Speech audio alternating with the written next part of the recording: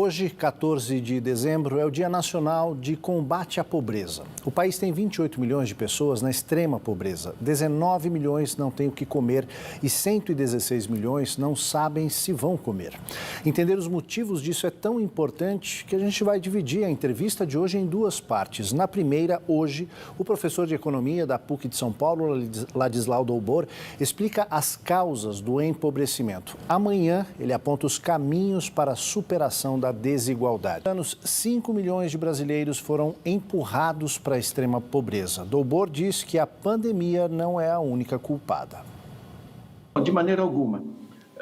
Nós temos um sistema que simplesmente não inclui as pessoas. Quero lembrar um número básico, tá? A inclusão fundamental se dá normalmente através do trabalho.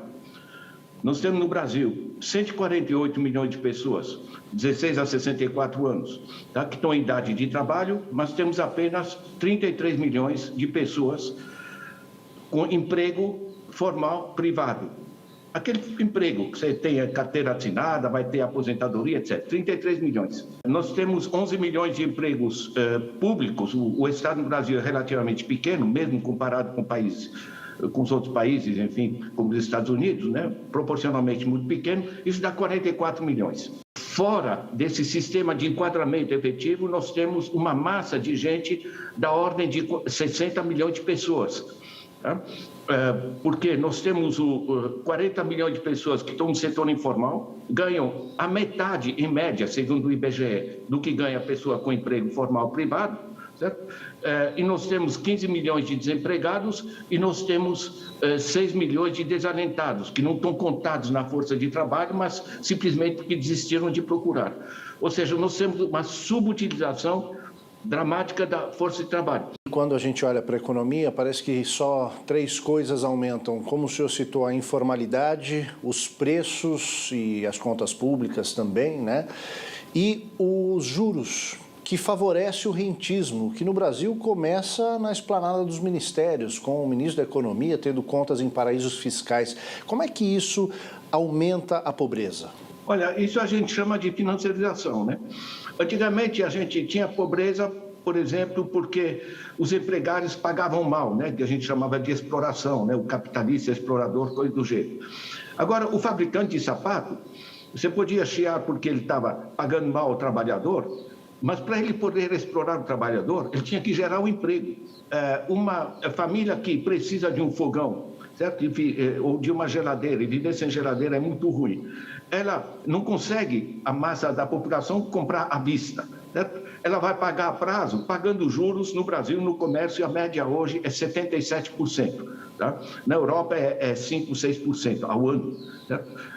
77%, na realidade, essa pessoa cortou quase pela metade a capacidade de compra dela. Ou seja, o enriquecimento do intermediário, no caso, é financeiro muito mais do que comercial, né?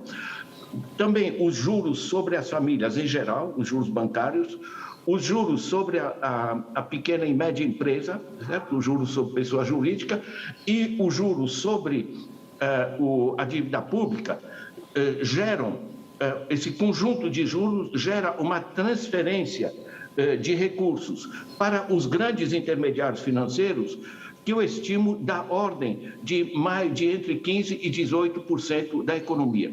É uma economia que está sendo drenada.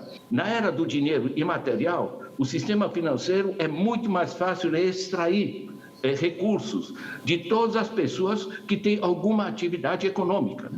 Você pega qualquer camelô na rua, hoje em dia o vendedor de sorvete na praia, ele tem a maquininha, né? Certo? A maquininha ele paga e, por exemplo, cada transação, os bancos mamam sobre dezenas de milhões de operações diárias no país, tiram entre 2% e 5%. Né? Na realidade, o sistema financeiro permite se apropriar do excedente. Né? Eu queria lembrar que a economia está parada.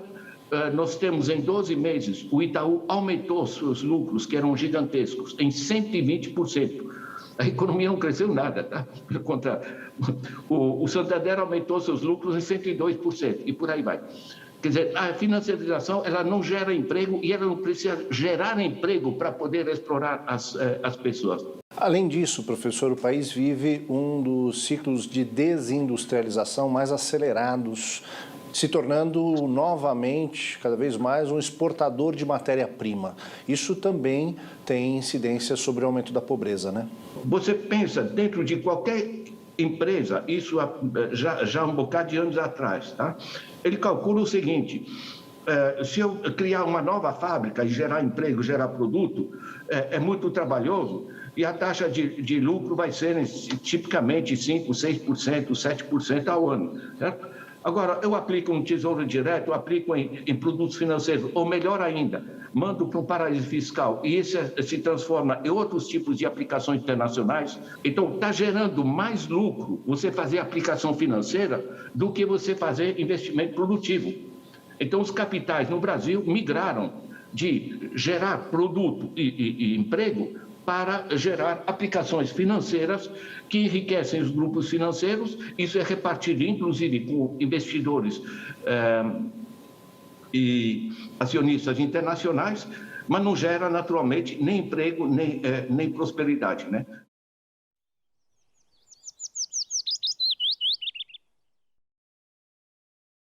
A pobreza no país disparou nos últimos 2 anos, com um aumento de 5 milhões de brasileiros sobrevivendo abaixo da linha da pobreza extrema. Ontem, na entrevista com o professor de Economia da PUC São Paulo e consultor da ONU, Ladislau Doubor, falamos sobre as causas desse empobrecimento. Hoje, ele dá alternativas para a superação desse quadro que não é causado pela falta de recursos econômicos, mas pela desigualdade. Olha, primeiro a gente tem os recursos, tá? Se você pega o PIB do Brasil, pega do ano passado, tá? 7,5 trilhões. Você divide pela população, 212 milhões de habitantes. Isso dá 11 mil reais por mês por família de 4 pessoas. O Brasil não é um país pobre. Eu trabalhei para a ONU em 7 anos em diversos países, miséria total. No Brasil, não. No Brasil é má gestão. Nosso problema não é econômico, não é de falta de recursos. Tá? Dá 11 mil reais por mês por família de 4 pessoas. Ou seja, é só reduzir moderadamente a desigualdade, certo? Nada de terrível, certo? Para você assegurar uma vida digna e confortável para todo mundo. Segundo, que as políticas sociais são essenciais para o futuro do Brasil. No resto do mundo chama de investimento. No Brasil chamaram de gastos e puseram um teto, né? Isso é burrice em termos de perspectivas econômicas, né? A família, ela, para sobreviver, o conforto material, econômico, digamos, da família, depende 60%, ordem de grandeza, de dinheiro no bolso. Esse dinheiro no bolso permite que as pessoas façam compra, pagam o aluguel, etc. A outra parte é nisso que incide uma renda básica, o Bolsa Família, etc, etc. É dinheirinho no bolso. A outra parte, os outros 40%, é acesso ao que a gente chama de bens de consumo coletivo. Por exemplo, você precisa de segurança, mas você não compra delegacia, você não compra hospital, você não compra escola, você não compra um parque no teu bairro, um rio limpo. Tudo isso aqui são investimentos no conforto social, né? no consumo coletivo. Esse equilíbrio tem que ser encontrado. Agora, em termos de assegurar a renda básica, a minha convicção é que nós temos que sair desse ping-pong que ora é Bolsa Família, ora é 174, ora é 600, depois é 300, depois é 400, certo? Tem mais famílias que entram, gera uma insegurança dramática.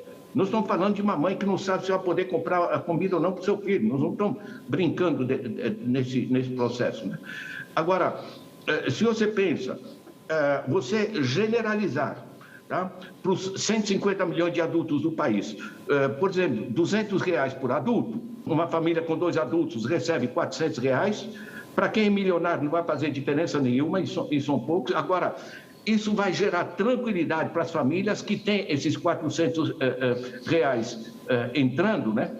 E isso representa, se você pega 150 milhões de adultos, R$200 por adulto, isso representa 4,8% do PIB. Só a evasão fiscal no Brasil está na faixa de 8%. Uma redistribuição melhor vai assegurar não só o conforto das famílias, como a melhoria da economia, porque o essencial é o seguinte: as empresas no Brasil estão trabalhando com 70% a 75% da capacidade, tem uma imensa capacidade ociosa.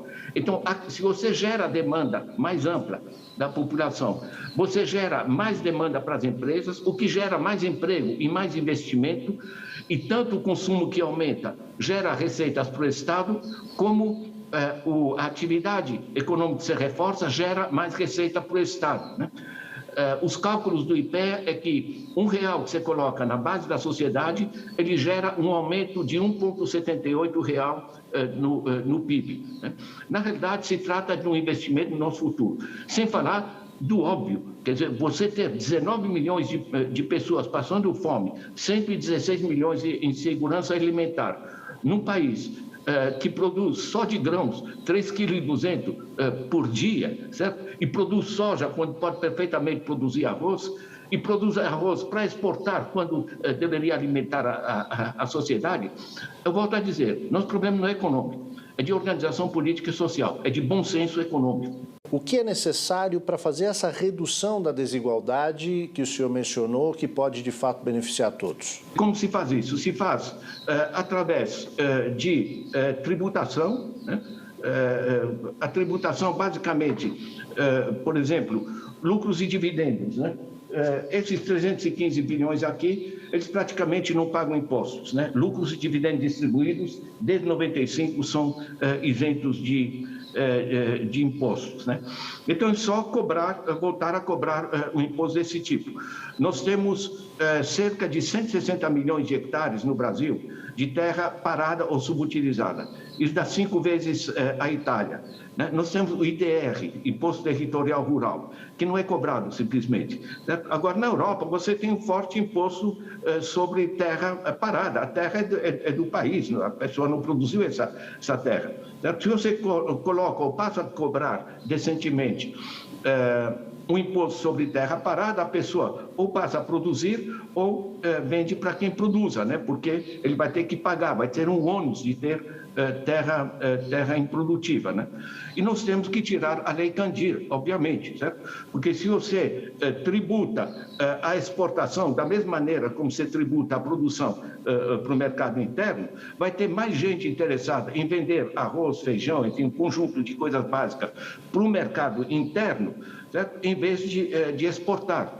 E essa mais produção para o mercado interno vai reduzir a base da inflação. Você vai ter, ao mesmo tempo, redução da base da inflação, as pessoas comendo melhor, certo? E você vai ter mais recursos para o Estado, mais equilíbrio fiscal, né?